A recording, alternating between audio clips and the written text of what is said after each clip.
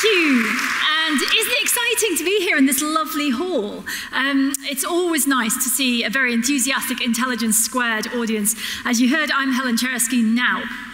Tonight, we are going to deal with the complications of the world, but maybe try and view them through a lens which helps us make some sense of them. So we know that it's really difficult. You know, we hear on the news, we read online, the world is a really complicated place. And I think a lot of us, I certainly spend a lot of my time trying to piece together these jigsaw pieces in a way that makes some sense. And of course, there's lots of lenses to view the world through: financial, political, historical, economic. But for all our impressive science and technology and, you know, whatever the whims of a few tech billionaires, we are still living physical lives in physical places, and the geography of the place where we live still matters. And of course, explaining how that works is what Tim Marshall is extremely well known for. He's a leading authority on foreign affairs with more than 30 years of reporting experience. He was a diplomatic editor at Sky News, and before that worked for the BBC, and has reported from countries and conflicts all around the world. And of course, he is the author of the #1 Sunday Times bestsellers, Prisoners of Geography, The Power of Geography, the Future of Geography. There's lots of geography in all. If you don't like geography, this might not be the event for you.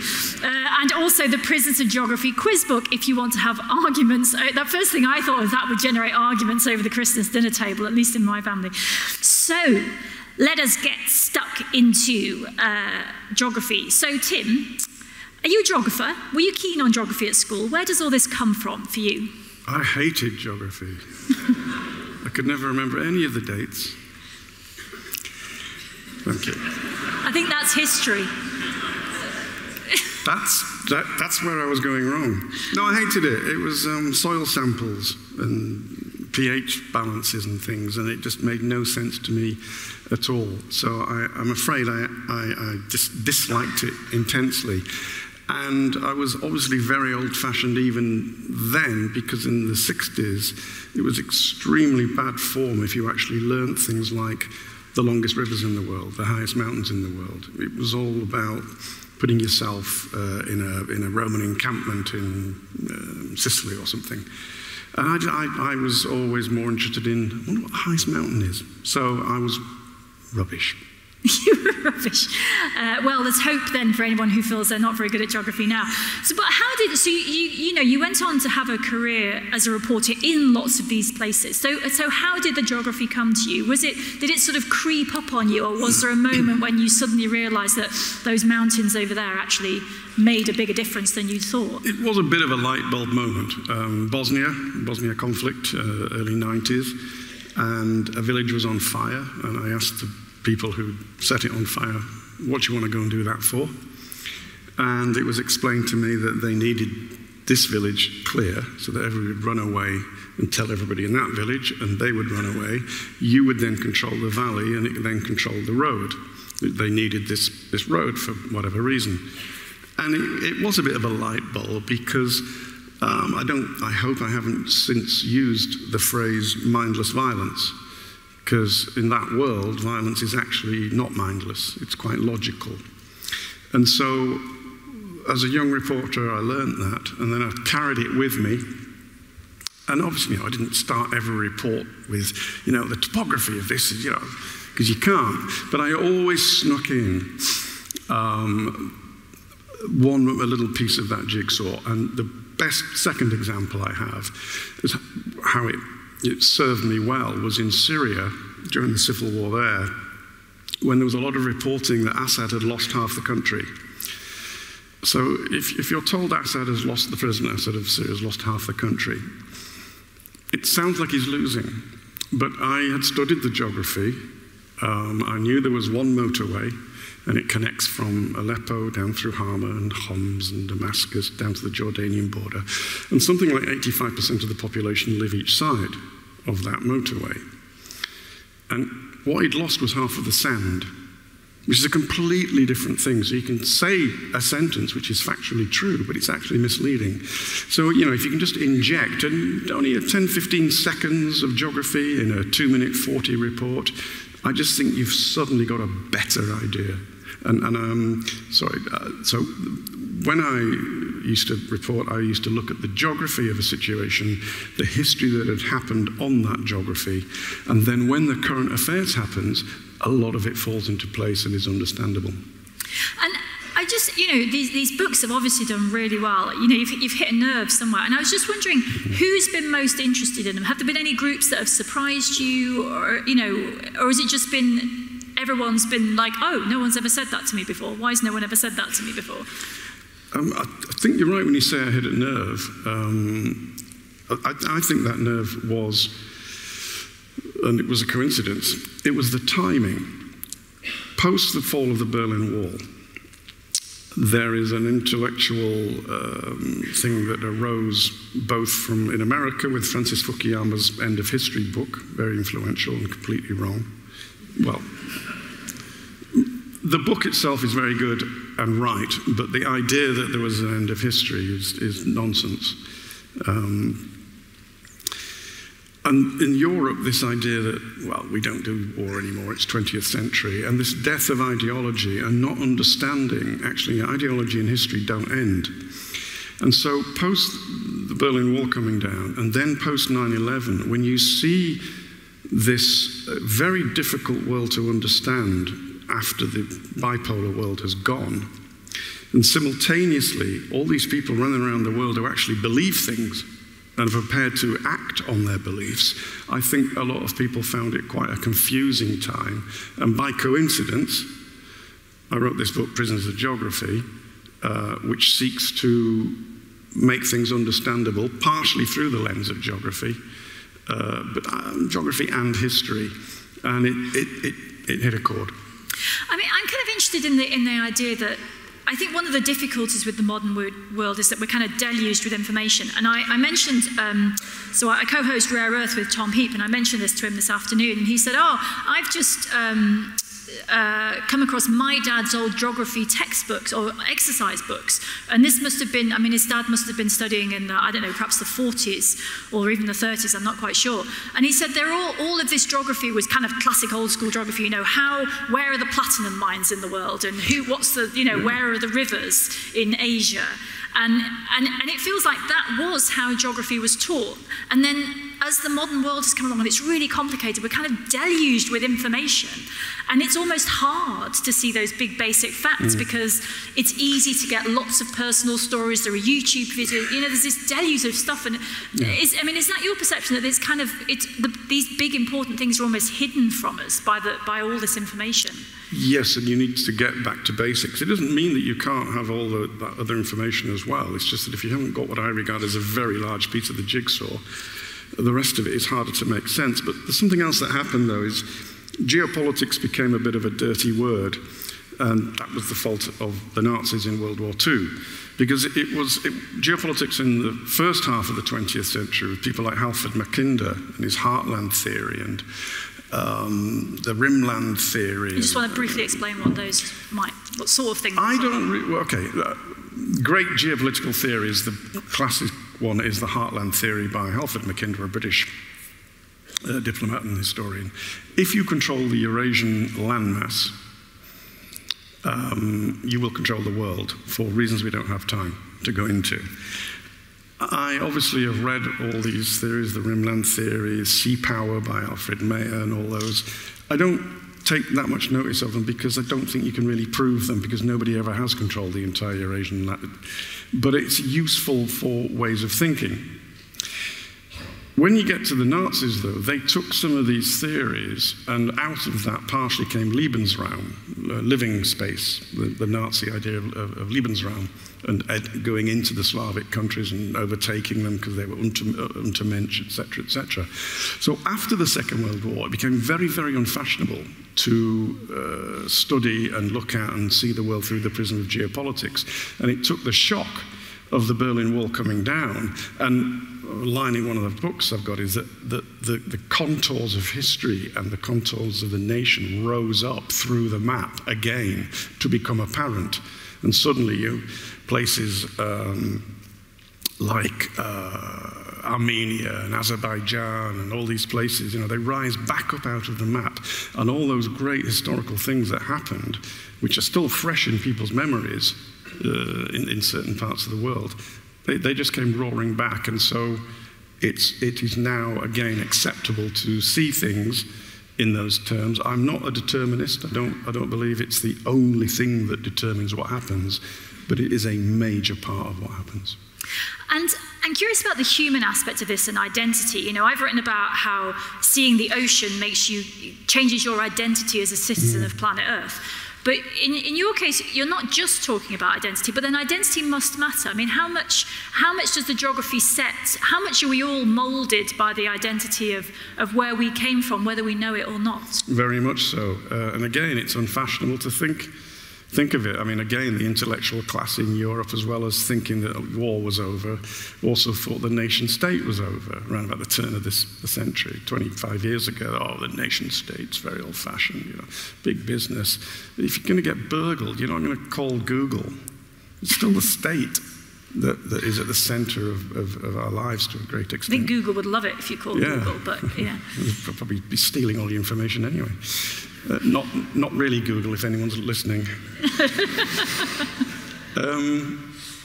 Sorry. So these ideas that nationhood, and it's this, again, it's a rather elite view of ordinary people and them clinging to their identities because it makes them feel comfortable, and belittling them. Mrs. Clinton calling people, what is it, was it not undesirable, something like some. Thank you, deplorables. Yes. You know, you've got to be pretty thick to call half of the electorate deplorable and not understand that not everybody shares your worldview.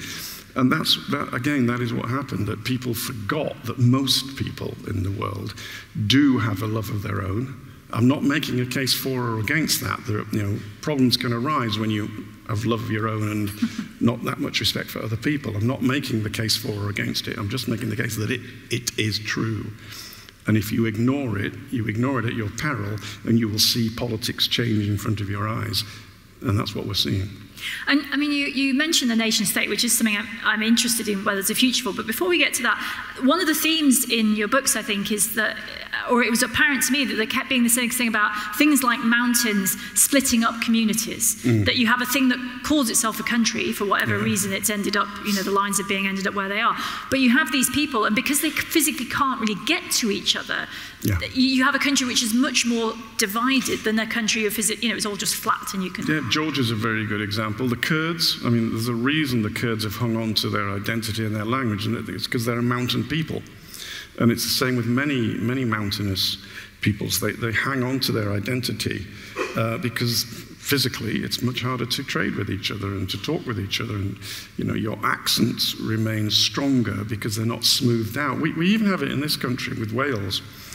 In fact, if you look at where the Romans went, one of the divides in this country, historically, is not just north and south. It's east and west, and that's to do with the rainfall pattern.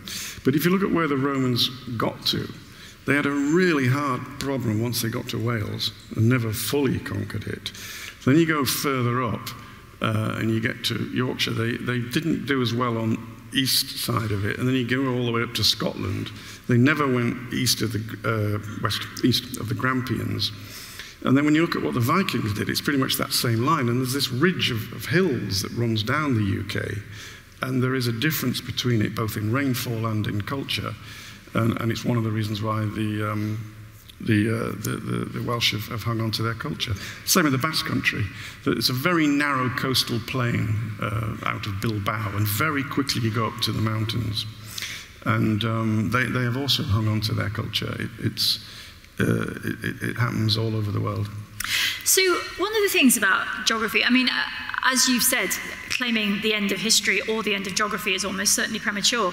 But it is the case that we now have tools that let us overcome geography in different ways. You know, there are things like drones and planes and satellites and communication technology. You know, if you're an online gamer, which you could well be in any country in the world. You can interact online with people and not know where they're from. People find these communities that stretch across the globe without really knowing what country people come from sometimes. So these new technologies that connect but don't have to connect physically anymore, do you think they're going to break up, they're going to sort of join the world together, or are we still really constrained by geography? Is it the case that some of the people in these mountain communities might make some friends in, the middle of, people who live next to a river and not have to know which country they all belong to? That cyber world obviously exists, and it exists outside of physical geography, and that's definitely a thing.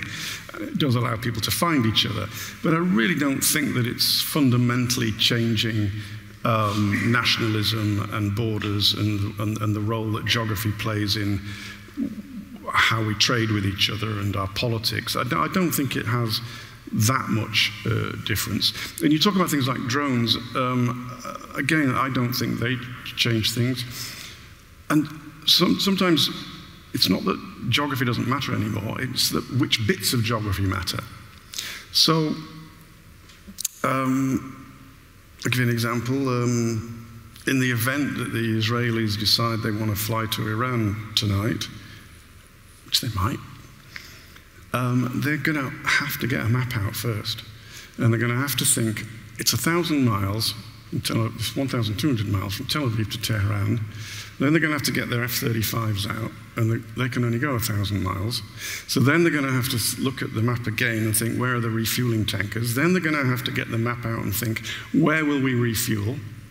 Then they're going to have to get another map out, another bit of kit out that says the air defenses, what's their range, because the air tankers that are refueling do not want to be within range because they're slow. So all that's actually geography.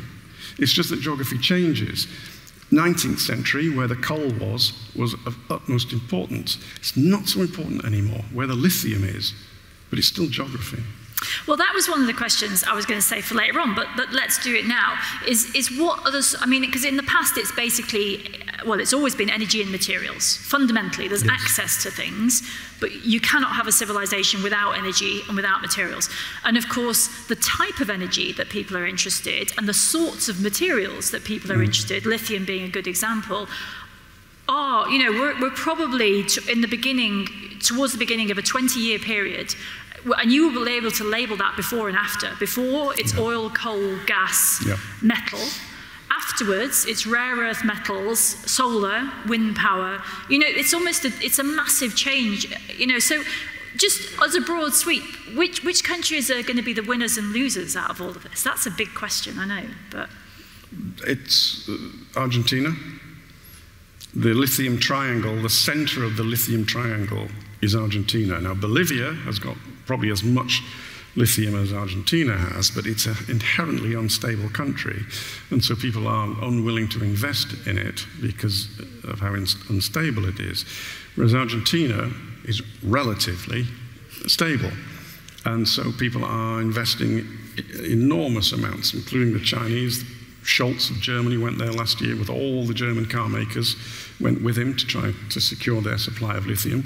So it's those sorts of players that Chile, if they can leverage their copper belt. If you look at a map of where copper is in the world, right down the America's east coast, starting all the way in Alaska, coming down through California, Mexico, right down Central America, Latin America, all the way to the very tip of South America, there is copper right down that ridge.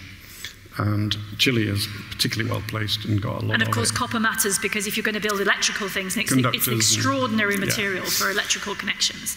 So you look at a map of the world, but this is why it's not just geography. You've got to get your politics right. So if you don't get your politics right, Democratic Republic of Congo, enormous amounts of the metals we need. But I just doubt that the ordinary people in that country are going to benefit from it, and it's going to be lifted out of its poverty because people are going to steal it instead. But you can look at a map of the world and you can say, yeah, Argentina has this possibility. China has got so much of what the world needs and is keeping it, obviously, for its own industrial uses. Australia, enormous quantities of these. So you can look around the world, and then you can look at it another way, and the Saudis have already done this. So whatever you think of the Saudi Crown Prince, he is actually quite far thinking, because the amount of money they're putting into renewables is extraordinary. And what have they got? Sunshine. You know, because the Americans will not fight for their last solar panel. So the Saudis need to, because the only reason the Americans would fight for the Saudis is because they've got oil. When we don't need that oil anymore, they're going to wave goodbye to them and they're on their own. So you better act now. So they are actually doing that, because I think the perception, certainly in the outside world, is that, you know, we see in the climate negotiations, you know, Saudi Arabia is always dragging the feet on climate action. So I guess they're not averse to keeping the oil going for as long as they can. Who is?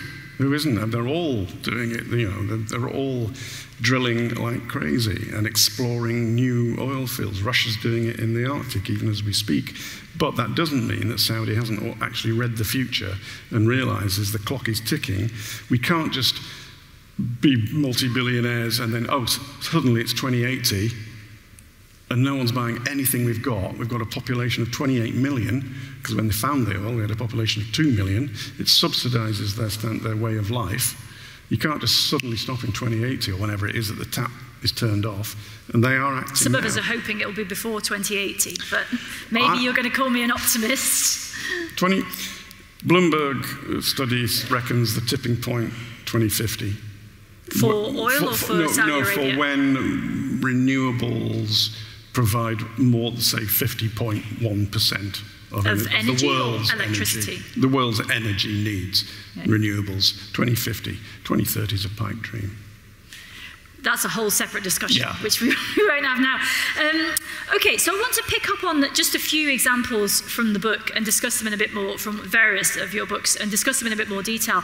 And one of them is the Sahara. And I think most people, unless they were proper superstars in GCSE geography, do not know where the Sahara is. So just to get us started on that, can you just tell us where the Sahara is and why this region is distinctive in its geography? Well, as you know, Sahel is Arabic for the shoreline. The shoreline being the shore that after you've gone across the sea of sand that is the Sahara, you reach the shoreline where it becomes, I wouldn't say arable, but it's more scrubland. You know, it's not classic desert like the Sahara. So we're looking at the African continent. There's that big stripe that we think of as the Sahara Desert, and it's just below and right that. below it, and it's a belt that runs from the Red Sea right across to the Atlantic, 200 or 300 miles wide. Must be 1,000 miles across at least. Places like, well, just on the periphery, Sudan, Chad, Niger, Mali, a little bit of Burkina Faso below it, you know, going right across. And it's mostly scrubland. Have you been there? I've been to Sudan. I think that's the only one I've been. You just describe, I mean, if you see it, can you just describe in a little bit more what you see if you're there? Because, I mean, we have these pictures of the Sahara as being this huge, you know, sort of just sand, right? Sand as far as the eye can see and more sand. And then you get into the region of Sahara. What does it look like? Well, I was lucky. I once drove across a large part of the Sahara that was the classic Lawrence of Arabia sand dunes. You know, that's what you want to be going across. Whereas actually a lot of it is actually quite scrubland, stony desert. But it's scrubland, most of the Sahel. Very little rain, incredibly hard to grow crops. Absolute subsidence. It's one of the world's hardest, harshest places, and it's one of the world's most unstable places. And it's called the coup belt because there's been so many coups, Burkina Faso, Mali. So coup as in a military coup? Military coups, yeah, coup d'etats. There must have been about 8 in the last 10 years. And but there's also things like yellow cake. In Niger, you used yellow cake to make... This is for uranium? Yeah, uranium for nuclear power, which is why the French were there. They've now been kicked out because the Russians are moving in, because the big boys are playing in this area. And it's a really unstable, really, really unstable area. And I don't think it's going to stabilize. I mean, the phrase developing world is a misnomer in many parts of the world. It is not developing. And it's so unstable, and Russia is deliberately happy to destabilize because it wants to push people northwards into places like Libya and Algeria and Egypt, and then push them, keep coming into Europe, because they know they can destabilize Europe in that manner. But there's a great big, the Sahara Desert is in the way. It's not straightforward to push people north, the old trails are full of thousands of people heading across the old ancient trails that go back more than 1,500 years. You end up in places like Libya, appallingly treated, and then off you go on the boat. And the Russians are busy trying to make sure that wherever these trails are, the Russians are there. And they'll even, they fly plane loads of people into Russia or into Belarus. They give them visas. You want a visa? Here's a visa. But the moment you land, you get put on a bus, and you get pushed straight to the Polish border. You get thrown off the bus, say, go that way. And there's a massive, massive fights every day on the Polish border now between thousands of migrants and hundreds of riot police in Poland. And these battles take place pretty much every day along the Polish-Belarusian border. But you can trace it all back to instability, which at the moment is ongoing.